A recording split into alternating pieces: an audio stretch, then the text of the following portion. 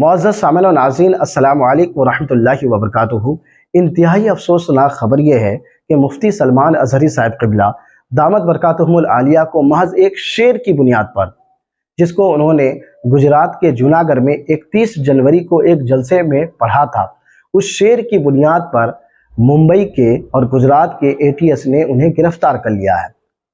और ताज्जुब इस बात पर है कि वह शेर ऐसा है कि जिसमें न किसी फ़िरका का लफ्ज़ है, न किसी कौम को टारगेट करके बोला गया है, न इसमें ज़ात पात बिरादरी का कोई लफ्ज़ है, बिल्कुल आम सा लफ्ज़ है। वो शेर क्या है? हमसे उलझते हैं, अभी तो करबला का आखिरी मैदान बाकी है, कुछ देर की खामोशी है, फिर शोर आएगा। आज कुत्तों का वक्त है, कल हमारा दौर आएगा। लब्बैक या रसूल अल्लाह, लब्बैक या रसूल अल्लाह, लब्बैक लब्बैक या रसूल अल्लाह। शेर ये है कि कुछ देर की खामोशी है, फिर शोर आएगा। आज कुत्तों का वक्त है, कल हमारा भी दौर आएगा।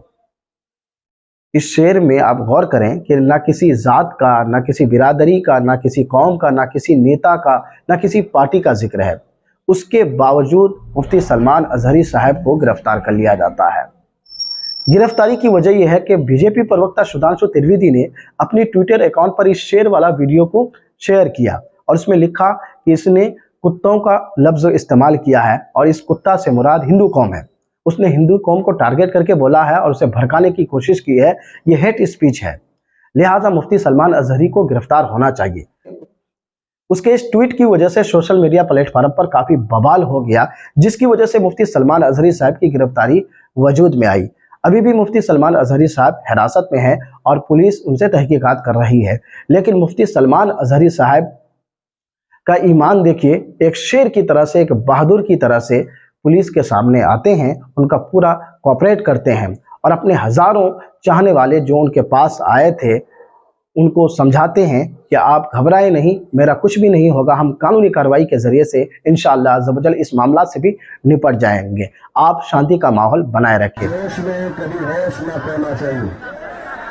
हालात जैसे भी है, मैं आपके सामने हूं और अल्हम्दुलिल्लाह आपको मैं बता रहा हूं, मैं कोई क्रिमिनल नहीं हूं और न ही किसी क्राइम पर मुझे लाया गया। हाँ, मेरी तकरीर के मुताबिक जो तहकीकात इनको करनी है वो कर रहे हैं, हम भी इनका कोऑपरेट कर रहे हैं, आपको भी करना चाहिए। आप अगर मुझसे मोहब्बत करते हो, हाथ उठा करके बता मोहब्बत करते हैं तो ये रोड खाली कर दीजिए बस। उनकी गिरफ्तारी के बाद MIM के नेता वारिस पठान साहब मुफ्ती सलमान अज़हरी साहब से मिलने के लिए जाते हैं और वहां उन दोनों के बीच बातचीत होती है, जहां पर मुफ्ती सलमान अज़हरी साहब अपनी सफाई पेश करते हैं, जिसके बाद वारिस पठान साहब मीडिया के सामने आते हैं कि उनसे हमारी क्या बातचीत हुई है, वो मीडिया वालों को बताते हैं। जूनागढ़ में जो उनका एक जो बयान हुआ था, तो वो उनके बयान में उन्होंने कहा कि मैंने किसी की भी हमारे हिंदू भाइयों की ना भावना को ठेस पहुंचाई है, ना किसी धर्म विशेष के अगेंस्ट मैंने कुछ बोला है। बस वहां पे एक भाषण था, एक अशार था, वो मैंने पढ़ के सुना दिया। फिर यहाँ आने के बाद उनको पता चला कि कुछ केस हो गया है, तो सुबह में आज पुलिस उनके घर पर आ गई। कुछ बोले 20-30 पुलिस वाले सब आ गए, तो हमको उठा के यहाँ पर लेके आ गए पुलिस स्टेशन पर। तभी से हम यहीं बैठे हुए हैं। लेकिन उन्होंने एक भी कहा है कि हमको कानून कायदे पे पूरा यकीन है, पूरा भरोसा है कि मेरे साथ इंसाफ होगा। 35 से 40 पुलिसमैन सिविल ड्रेस में, सिविल यूनिफॉर्म पे मुफ्ती साहब के घर पे थे सुबह में। हम लोग जाने के बाद में हम लोगों ने पूछा कि क्यों आए हैं, क्या है, तो बोले नहीं आप उनको बुलाओ तो ही हम आपको बताएंगे। काफ़ी बार हम लोग ने बहुत रिक्वेस्ट किया कि सर क्या मामला है, तो कोई बताने के लिए तैयार नहीं था। मुफ्ती साहब ने कोऑपरेट किया, मुफ्ती साहब ने दरवाज़ा खोला, उनको घर में एंट्री किया। एंट्री करने के बाद मुफ्ती साहब अंदर बैठे, उनसे कोऑर्डिनेट किया, उनसे बात की, तो उन्होंने ये बताया कि मुफ्ती साहब के ऊपर कुछ 153B का मामला दर्ज किया है गुजरात के अंदर, जिसकी वजह से मुफ्ती साहब ने बोला कि अगर दर्ज किया है तो 53 का मामला है, तो अर्नेश कुमार के गाइडलाइंस के अकॉर्डिंगली, BKD के वासु के गाइडलाइंस के हिसाब से आप मेरे को 41A का नोटिस सर्विस कर दो, हम लोग आपको जो भी है कोऑपरेट करेंगे, सहयोग करेंगे। आप मुझे जो भी पुलिस स्टेशन में बुलाना चाहते हैं मैं तैयार हूँ, और चाहिए तो आप अभी भी मुझे पुलिस स्टेशन में लेके जाना चाहते हैं स्टेटमेंट देने के लिए, तो मैं तैयार हूँ।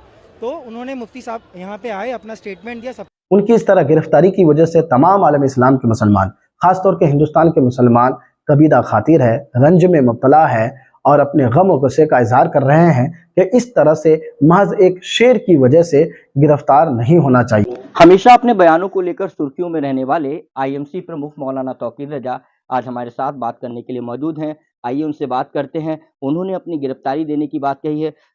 मौलाना साहब, आपसे जानना चाहेंगे, आखिर गिरफ्तारी देने की बात आपने क्यों कही?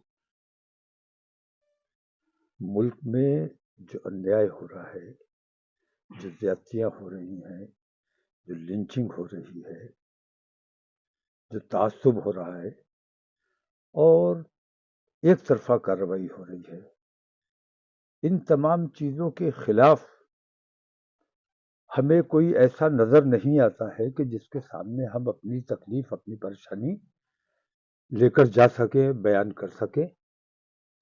इसलिए हमने ये फैसला किया है कि इन तमाम चीज़ों से निजात हासिल करने के लिए हमारे पास कोई रास्ता नहीं है, तो इन हालात में हमें आज़ाद रहने का कोई हक नहीं है। हमें गिरफ्तार हो जाना चाहिए। अभी जैसे सलमान अजहरी साहब को गिरफ्तार कर लिया गया, मुफ्ती साहब उन्होंने कहीं कोई हेट स्पीच नहीं दी, इसके बावजूद उन्हें गिरफ्तार किया गया, झूठा इल्ज़ाम लगाया गया। और अगर हेट स्पीच दी भी है तो मुकदमा कायम किया जाना चाहिए था, उनका जवाब तलब किया जाना चाहिए था। और एटीएस का इससे क्या ताल्लुक है, मेरी ये समझ में नहीं आ रहा है। एटीएस ने की तहवील में उन्हें क्यों दिया गया है, गुजरात क्यों ले जाया गया है? तो मुझे लगता है कि हमारे जो काबिल ज़िक्र और बाइज़्ज़त और बावक़ार उलमाए किराम हैं, अब उन पर शिकंजा कसने की कोशिश की जा रही है। इस तरह की गिरफ्तारी पर नाजरीन आपकी क्या राय है? आप कमेंट बॉक्स में अपनी राय जरूर लिखें कि इस तरह से गिरफ्तारी करना सही है या नहीं है। और जो लोग मुसलमानों को टारगेट करके उनके मस्जिदों को, मदारिस को या फिर मुसलमानों के ईमान के जज्बात के साथ खिलवाड़ करते हैं, हेट स्पीच देते हैं, उनके बारे में आपकी क्या राय है? कमेंट्स बॉक्स में कमेंट्स कीजिए। फ़कत अस्सलामु अलैकुम व रहमतुल्लाहि।